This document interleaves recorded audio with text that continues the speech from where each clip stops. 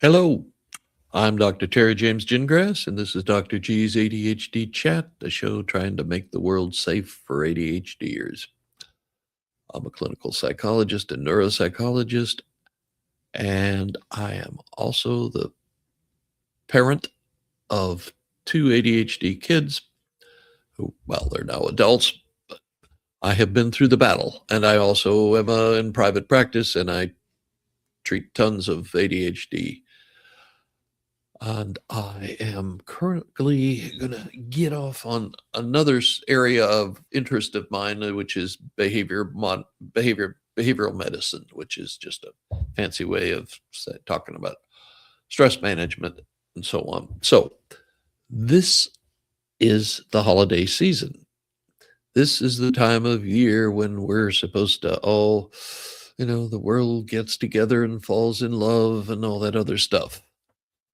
It is also the time of increased incidence of anxiety and depression and marital discord, and a lot of other things, a lot of pain, increased pain, and just we try to do too much. And okay, let me give you first a quick sort of definition of stress. Stress is a physiological response to a perceived demand, okay? Which is a lot of big words, which basically says that your body responds to what you're thinking and what your experience is stuff you got to do. And the holidays, especially Christmas, are, there's a lot you got to do. It's a time of just incredible activity. You have to buy presents for everybody. You have to send Christmas cards to everybody. You have to go to all these parties that friends and neighbors and your boss puts on. You have to buy a ton of presents for everybody and get them mailed and stand in line at the post office all day long. Um, it's a lot. And, I don't know in your family. In my family, everybody cooks, so it's not that big a deal. But in a lot of families, there's one person who's responsible for the whole feast and all the snicky snacks that lead up to it and all the stuff the day before. So there's a lot of food available that is not usually you just don't usually have it. It's so all those little round cookies with a Hershey kiss in the middle. Ooh. Anyway, so we're going to go just over, first of all, what are the symptoms? Okay. Basically, what it is you're saying, I got to do all this stuff, and your body's going, yeah, yeah, yeah. And it doesn't stop. Okay. For weeks, it doesn't stop. So I'm going to break things down. First thing are the physical symptoms, what your body's experiencing. Headaches are real common. Jaw clenching. Surprisingly, the little muscles here, they're called the masseters, and they are the most powerful muscles in the body, pound for pound. And there are people who have literally broken teeth just because of tension and stress. But if your jaws are sore a lot, or if your eustachian tubes are clogged up a lot, that's one of your stress points. Everybody's got different things that they do that are stress, that cause them stress, and it usually causes stress in a particular number of areas. Some people are always getting headaches. Some people are getting neck aches. Some people get back aches under stress. Some people get digestive problems. But headaches, gut pain, fatigue, you're burning calories like crazy. You're burning energy like crazy, trying to get all this stuff done. And so your body runs out of gas and you're just tired, tired all the time. And when you're tired, you're more vulnerable to every little cold germ or flu virus that's floating around. And so you have more infections. You have typically muscle aches and pains, those of us who are little mesomorphs, every muscle can be hurting like crazy. Some people get more symptoms in their digestive system. They have gut pain of various kinds, the dreaded acid reflux and uh, well, some other less pleasant things, but basically it's the digestive system which are overreacting. And honestly, most of us have one system or maybe a couple that uh, show stress first. Uh, let's see, and then what happens when you're stressed out all the time? You have trouble relaxing. When you have trouble relaxing, you have trouble getting to sleep. So your sleep disturbance is a huge, huge, huge issue. And then we go to thought stuff. When your body is reacting to stress, when your body is looking for an emergency and can't find one, uh, you know, uh, your body's designed. You've probably heard of fight or flight, and basically that's what your body's preparing to do when you get stressed. It's ready to, kill the saber-toothed tiger or whatever threat there is, but it's a primitive response.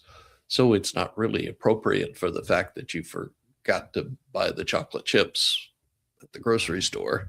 But your body will respond the same way as if it was a real emergency that we have to do something about. When your body is reacting to stress, when you are stressed in your fight or flight response, your brain, the thinking part of your brain's not working so well. This is all primitive reflexes that are activated, and the ability to debate and think great thoughts and all that stuff gets repressed. You get highly distractible because you're on guard. You're looking for where are they coming from, where's it going to happen, and then uh, you have memory problems. Um, it takes a certain amount of focus and concentration to remember things. When you are stressed out, you're not real focused. You're all over the place trying to, oh, did I do this? Did I do that? What did I forget? And that leads to poor memory, uh, and it also leads to poor planning. You won't, in the fire of getting things done one right after the other, you don't do a real good job of planning, because planning requires a certain amount of contemplation and organization, and those things are negatively impacted by being stressed out. Okay, then we have the emotional stuff. I think I said before that we see a lot of anxiety, a lot of depression, a lot of irritability during the holiday season. You know, the and that's made worse if you have pre-existing problems with any of those things, and that's going to multiply the effect. Okay, strangely, time of the year when the world falls in love. But it's also the time of the year where more people than most get depressed, even people who don't normally have depression or get really anxious. And it's very common. They're very distracted. And of course, there are a number of people who are just irritable. Go ahead, make me angry. I dare you, kind of thing. There's a lot of that sort of thing going on. And you will, I mean, there are more marital issues during this time of year, just because of the stress and the emotions. Are controlled by neurotransmitters, and certain ones are associated with being nice and calm and relaxed and enjoying things, and others that are known to make you just ready to react, ready to attack. That sort. And that's what you are using, and that's not really the most effective way to do stuff. Okay, so we've talked about the thought processes that are affected, the physical processes that are affected, the emotions. Now, your behavior. Your behavior will be not very efficient, and that is um, awkward, and it causes you a lot of difficulties because you're trying to get more done than usual. You have to go to all these parties, you have to buy toys, or you have to buy presents for all these people. You have to get those presents sent to all these people. You have to go to parties and watch how much you drink and how much you uh, eat, and how much candy you take in, and all those sorts of things. And so you've got to uh, spend more time taking care of yourself in this time of year. There's also when I was in England, they had a thing they called an attack of the bustle, which is just somebody going bananas and trying to get everything done by themselves. And as a matter of fact, my wife is prone to that sort of thing. She used to try to do everything for everybody throughout the entire holiday season. Do all the cooking, all the baking, all the shopping, all the mailing, all the da da da da da da.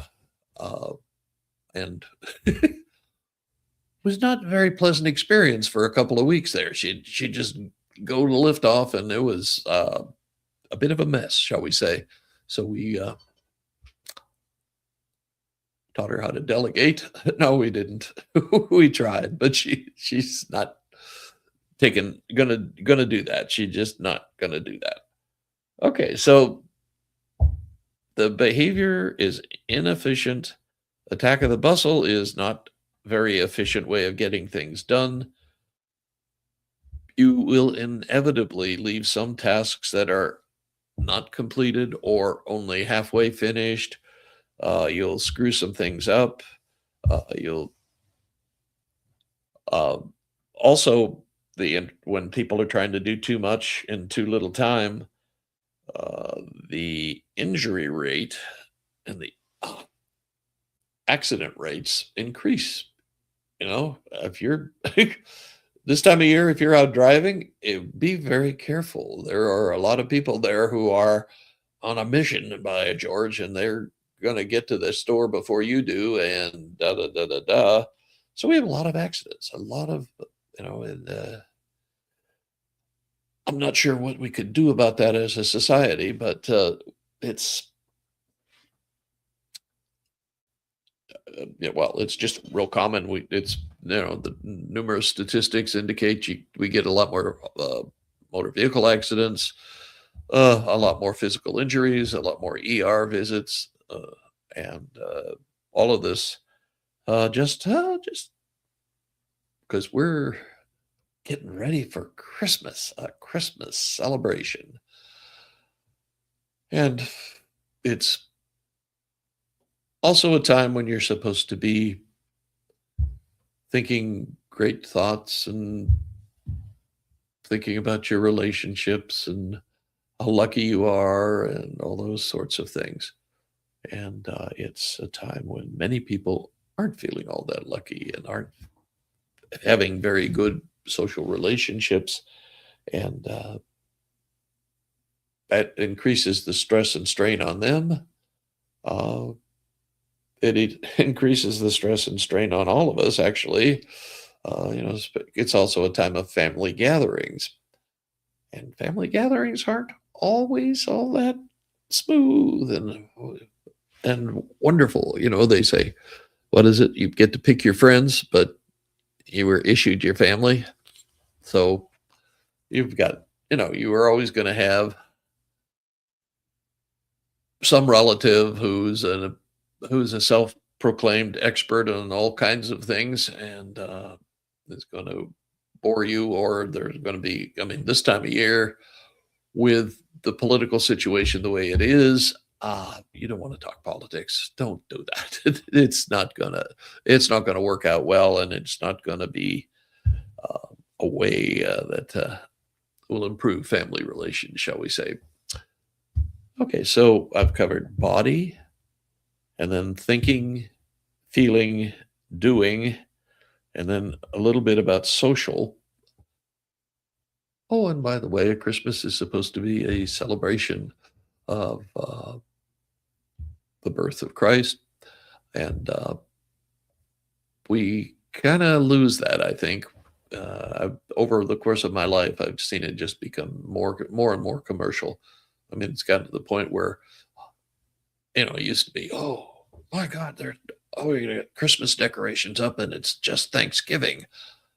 Now you get Christmas decorations after Halloween, and it's I don't know what I can say about so much so much greed in the world, but uh, that's the other thing that you have to balance, is that it can be um,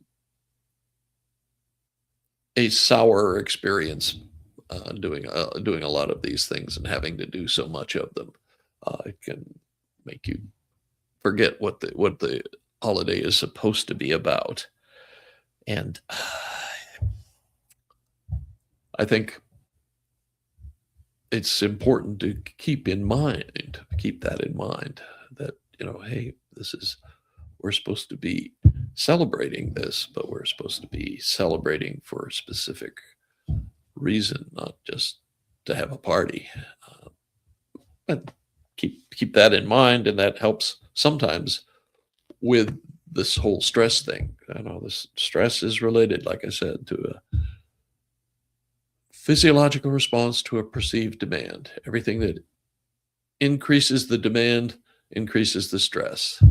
Uh, oh, crap, I forgot to get Betty something.